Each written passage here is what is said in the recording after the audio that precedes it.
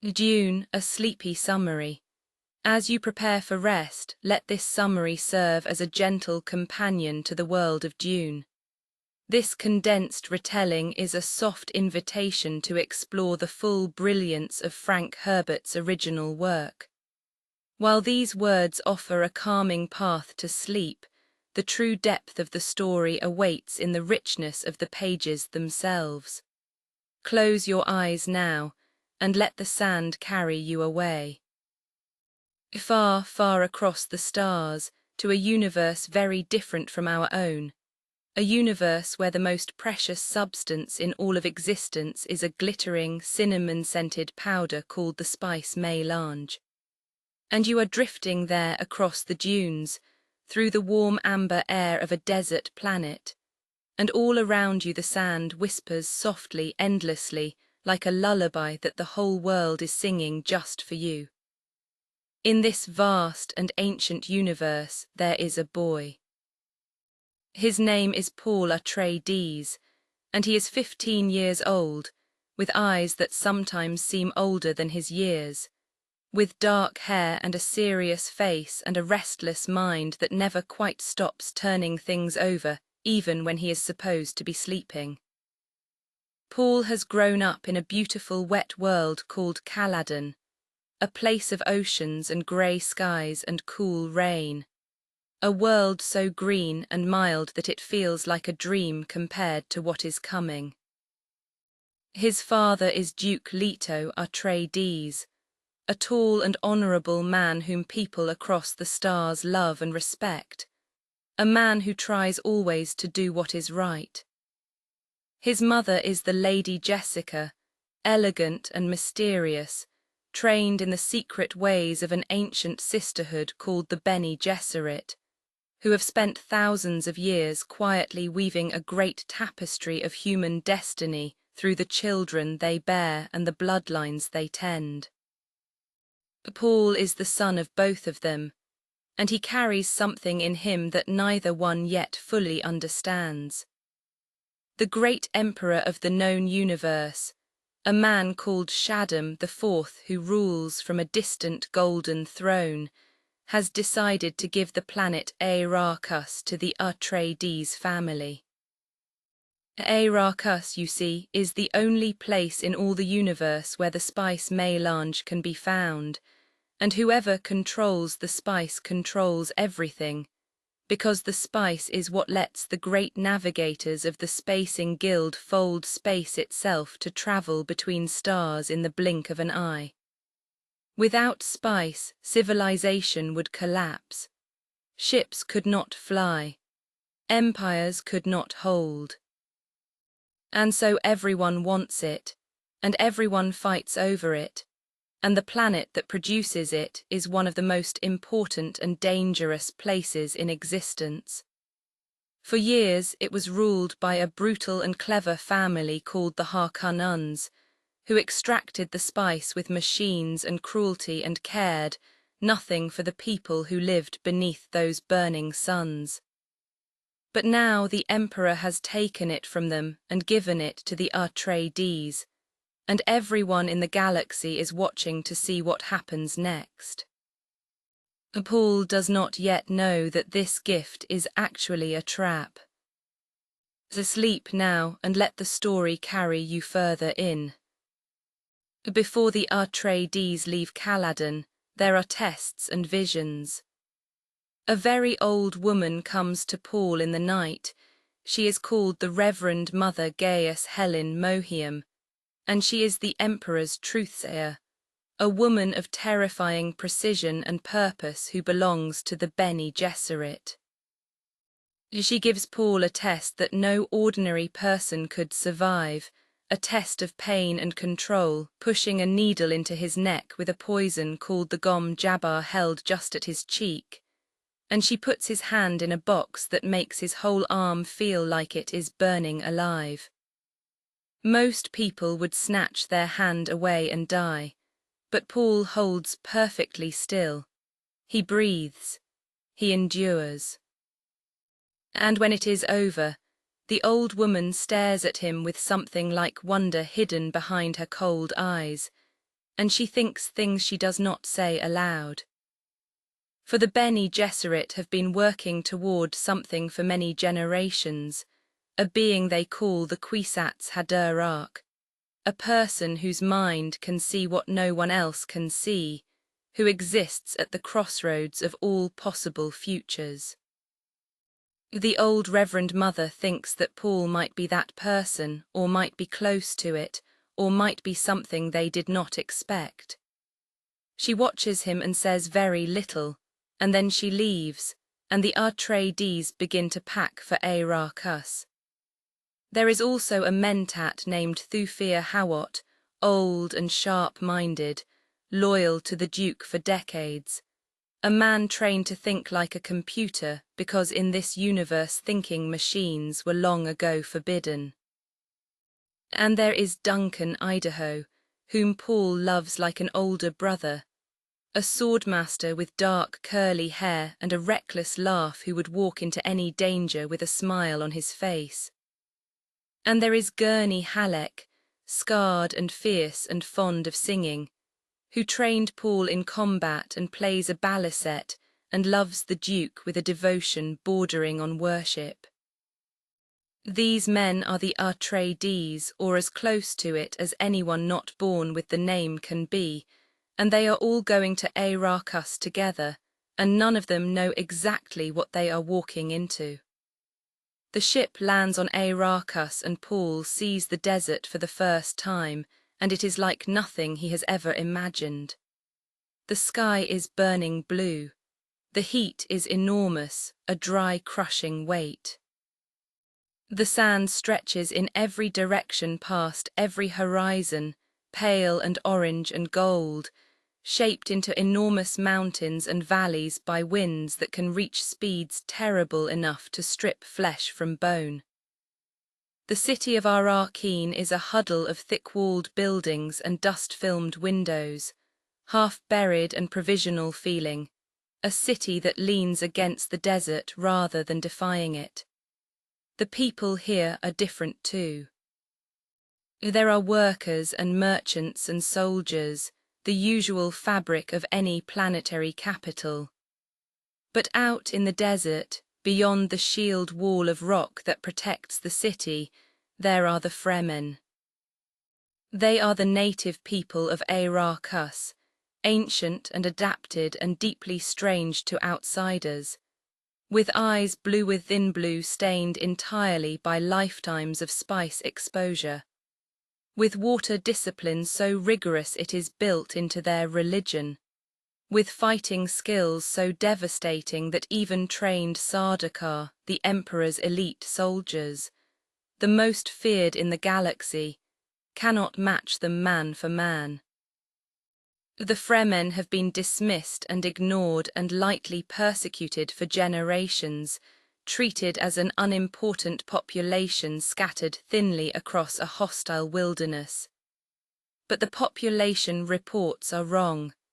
There are millions of Fremen, and they have been preparing slowly for a very long time.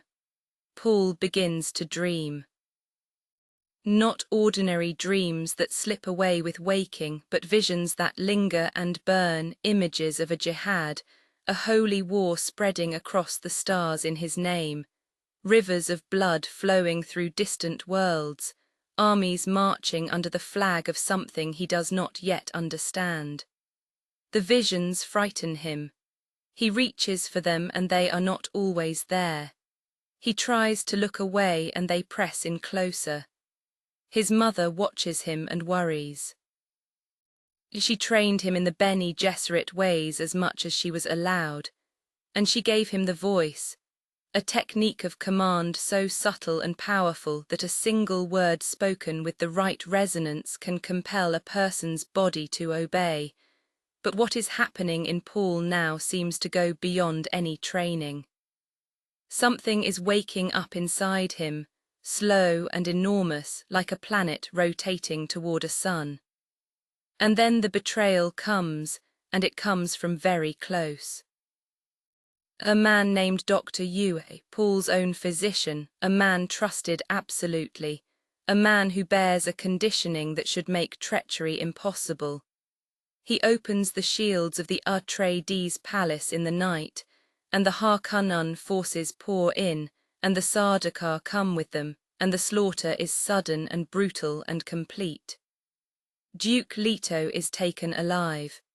Jessica and Paul are captured but kept living for reasons the Harkonnens have in mind.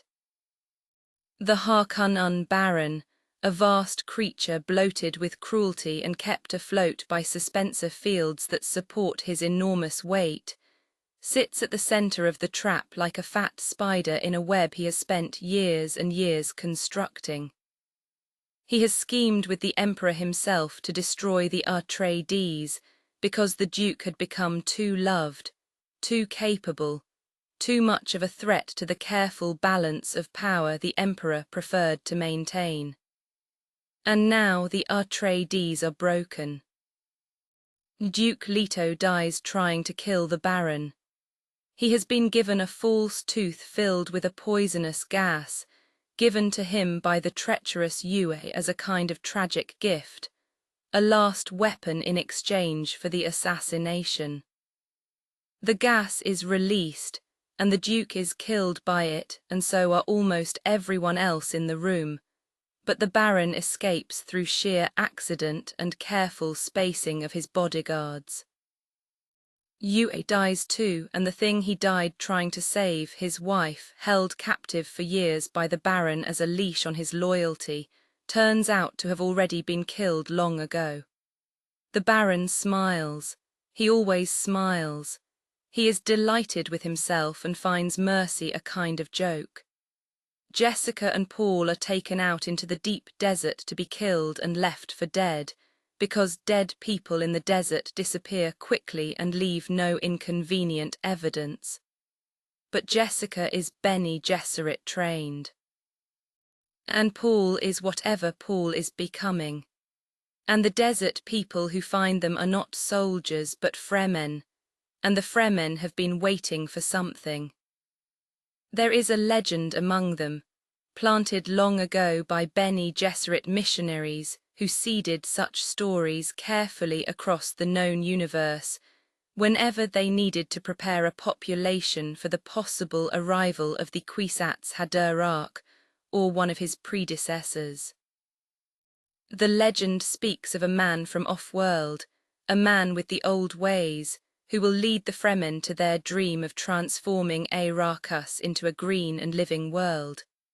They call him Mahdi. They call the transformation Sharia, the paradise. And now Paul Atreides has stumbled out of the darkness and into their arms, and he has his mother beside him, and she speaks with the voice and impresses them enormously, and they look at Paul with wondering eyes. Let your breathing slow now and settle deeper into where you are lying. The stars are so thick above Arrakis, you can almost feel them. The Fremen take Paul and Jessica into the desert, and slowly, over many months that pass like a warm sand wind, Paul begins to become something new. He learns to walk without rhythm so the great sandworms cannot detect him, for the sandworms are the most astonishing creatures in the known universe. Enormous beyond easy imagining, longer than cities, armored with crystal teeth and able to swallow whole mining operations without slowing. Creatures ancient and elemental and sacred to the Fremen who call them Shai-Hulud, the old man of the desert, and worship them as manifestations of God. He learns the water discipline of the desert, the careful hoarding of every drop, the still suits that recycle the body's own moisture so completely that a person can survive for days without any external water source. He learns the Fremen language, their ways of fighting, their customs and taboos, and the deep ecology of their society, which is oriented entirely around the dream of someday having enough water to make the desert bloom. He meets a woman named Chani. She has blue within blue eyes like all Fremen, and she is fierce and fast and direct in a way that cuts straight through everything social convention usually builds up between people. She was in Paul's visions long before he met her, a face he knew before he could give it a name. He falls in love with her slowly and completely in the way of people who are also becoming each other's teachers and partners in survival. Ichani does not know what to make of Paul at first. She has heard the legend, she watches him, and gradually she comes to trust him in a way that is separate from the legend, personal and earned rather than assigned by prophecy. Jessica, meanwhile, has undergone something transformative of her own. The Fremen have a ceremony, a ritual of terrible danger, in which their tribe's spiritual leader drinks the water of life, the toxic exhalation of a drowned young sandworm, and transforms it through inner alchemy into something holy and survivable, becoming a reverend mother with expanded consciousness who carries within her the memories of all the reverend mothers who came before.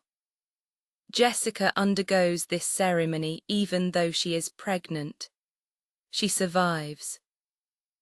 Her daughter Aelia is born already awakened, a child who emerges from the womb with the full weight of ancestral memory pressing on her, who speaks as an infant with the voice of an old woman, who is called by the Fremen an abomination, a pre-born, but who they also revere and fear in equal measure.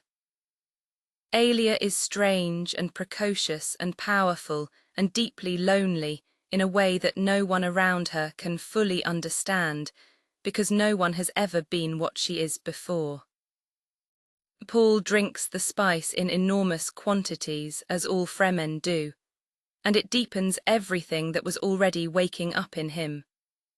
The visions come harder and more completely now. He begins to see through time not just forward but in threads and branches, a prescient awareness that is both gift and curse, because the more clearly he sees the future, the more he understands that the path he is on leads almost inevitably to the jihad he so desperately wants to avoid.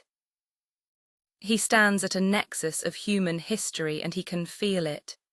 Every choice leads toward the holy war. The momentum is too great. Billions of people are already beginning to believe in him based on nothing more than rumors and the old legends, and belief on that scale has a gravity of its own that bends futures into shapes that are very hard to escape. 2 years pass in the desert, 2 years of patience and grief and training and hardening. Paul takes the name Muad'Dib, which is the name of the small desert mouse the Fremen love, quick and clever, and perfectly adapted to survive in the harshest place in the world. He also carries another name, Uzel, which is his private Fremen name, the name used only by those he is closest to. He learns to ride the sandworms. This is not a small thing. This is one of the most extraordinary things a person can do on Arrakis, climbing aboard a creature of almost incomprehensible size, and hooking its sensitive leading edge with tools called maker hooks, so that the worm turns to keep its rings from being abraded, turning inevitably in the direction that carries you where you wish to go.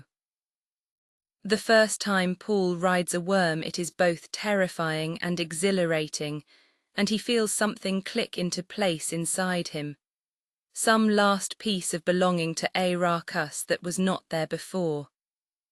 The Fremen have been fighting the Harkonnens in the deep desert for years already, conducting a guerrilla war of patience and atrocity, blowing up spice mining operations, destroying equipment, making the spice harvest more and more difficult and expensive.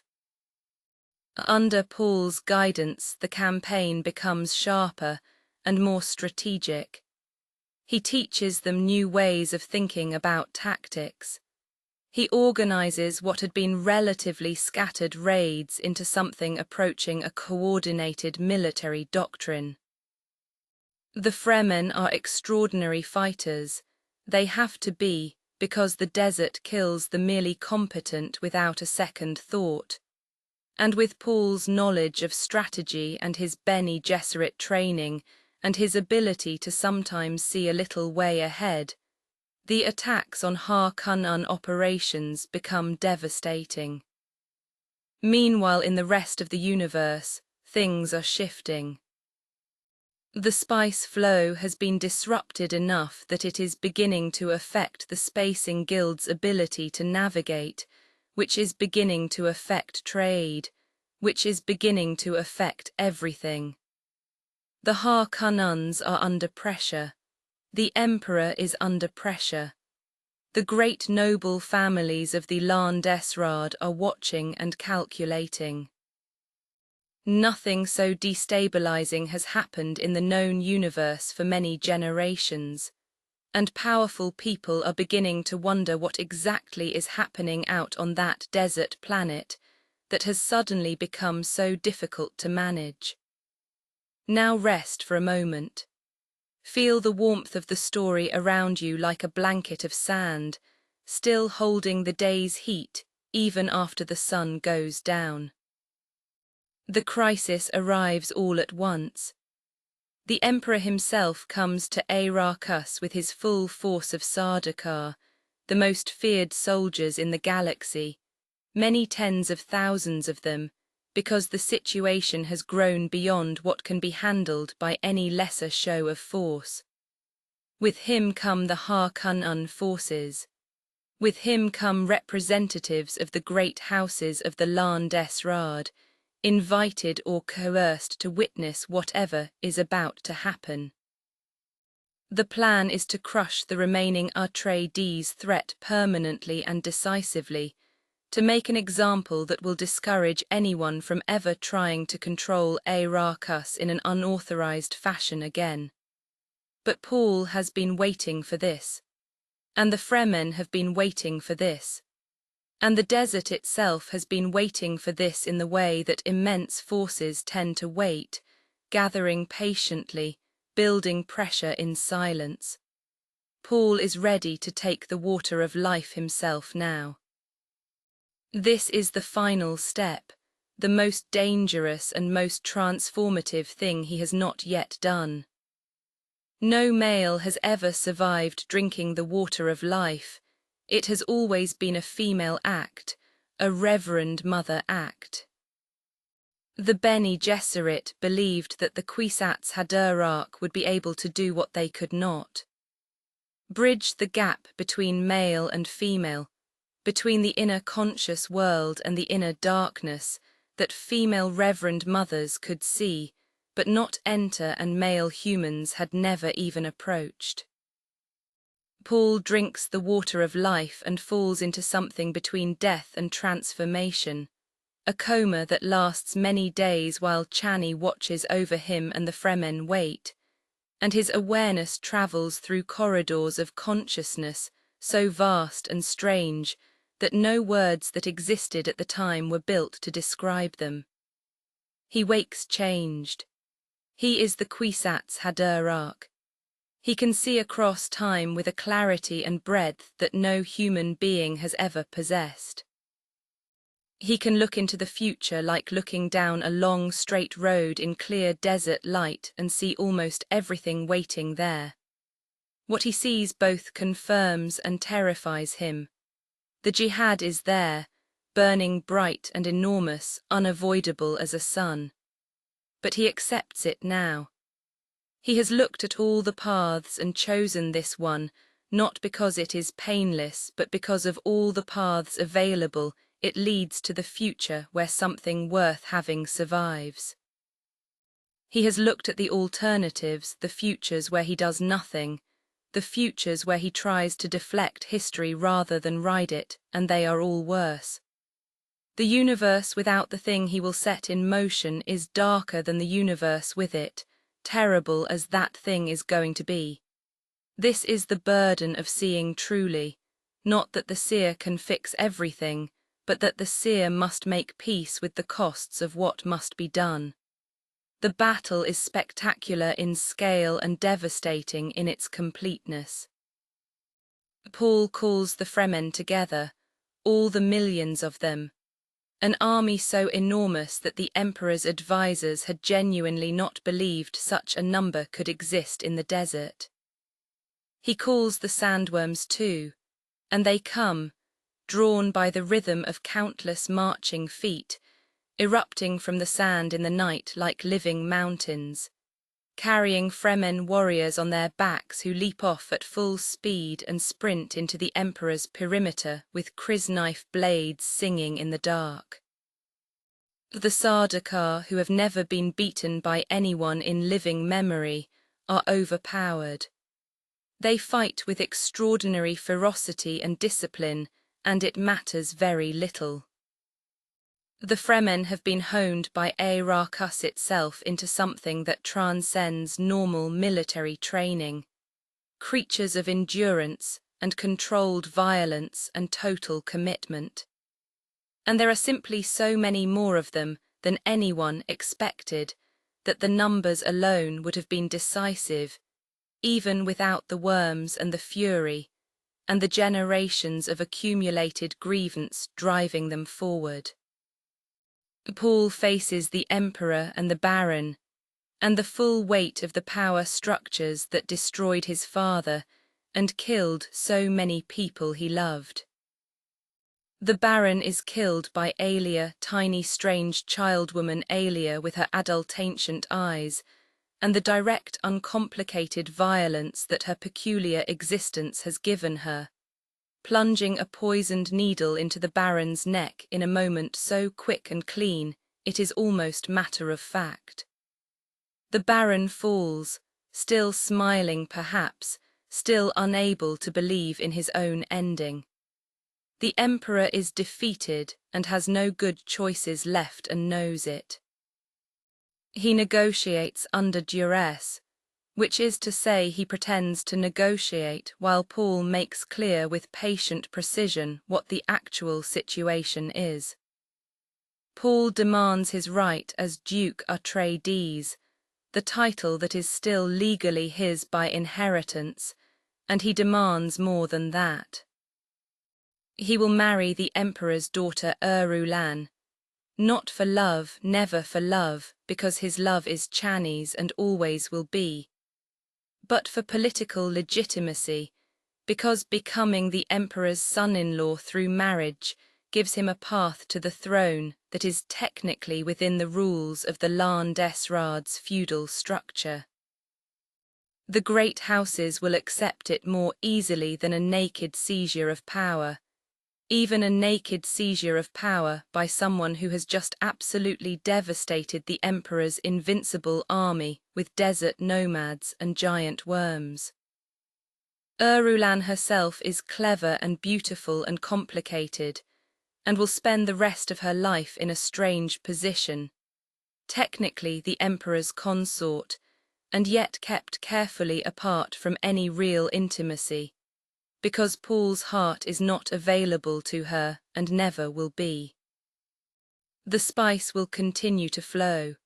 Paul controls Arrakis now, and he makes clear, quietly, with enormous certainty, with the calm of someone who has seen the conversation's end from the beginning, that any attempt to dislodge him will result in the spice being destroyed. He knows the ecology of the planet now well enough to threaten this and have everyone believe it. Without spice there is no interstellar travel. Without interstellar travel there is no empire. The threat is so clean and so absolute that it ends the negotiation almost as soon as it begins. Breathe slowly now. The desert night is warm and full of stars, and the wind has gone still for this 1 hour of quiet between the day's heat and the cold that comes before dawn. What has Paul won? He has won Arrakis and the spice and the throne of a galactic empire. He has saved his people, given the Fremen their freedom and the beginning of their dream of a green Arrakis that may take generations to fully realize, but is now possible in a way it was not before. He has avenged his father. He has survived every trap and every betrayal and every desert that tried to take him. What has Paul lost? He has lost his father, who died on a poisoned tooth in a room full of enemies. He has lost Duncan, Idaho, who died defending him and his mother when the Harkonnen forces came. He will lose more. The vision tells him so. The jihad will kill billions across the known universe, spreading in his name through worlds he has never seen. His face on banners above battles he did not command and could not stop once set in motion. He is the father of a holy war he never wanted to be the father of, and the knowing does not absolve him of the paternity. This is what it means to stand at the hinge of history. You cannot choose whether the hinge will move, only whether you will be the one to move it, and even that is less of a choice than it appears to be, because the momentum was already there long before you arrived and will continue long after you are gone. Paul Atreides is 15 at the beginning of the story and 17 at its end, though he feels much older. He stands in the desert light, and the spice is in his blood, and his eyes have gone blue within blue, and he looks at the throne he has just claimed and at the vast, uncertain future spreading out in every direction, and he holds both the winning and the cost of it in the same quiet hands. Chani stands beside him. Arrakis turns slowly beneath two suns. The Fremen chant his name in the distance, a sound like the tide of a sea that Arrakis does not have. The sandworms move beneath the dunes, deep and patient, older than any dynasty, older than the spice itself perhaps, indifferent to the small human dramas that play out across the surface of their world. And the stars above are so many and so bright and so ancient that looking up at them, it is easy to feel very small and very far from anything that matters. And then to realize that being small and far is not the same as being without purpose, and that even in a universe this enormous, a single 15-year-old boy with the right name in the right desert at the right moment can change everything forever. In ways that will echo down the corridors of history, long past any memory of the person who first set them ringing. And that is Dune, the whole great dreaming sweep of it, from the oceans of Caladan to the endless burning sands, from the Gom Jabbar test in a dark room on the first night to the Emperor kneeling in the desert dawn, from a boy who could not sleep for the weight of his visions to a man who carries those visions like a stillsuit carries water, perfectly without waste, without a single drop of the precious thing spilled into the indifferent air. Close your eyes now. The sand is warm beneath you. The stars are thick above.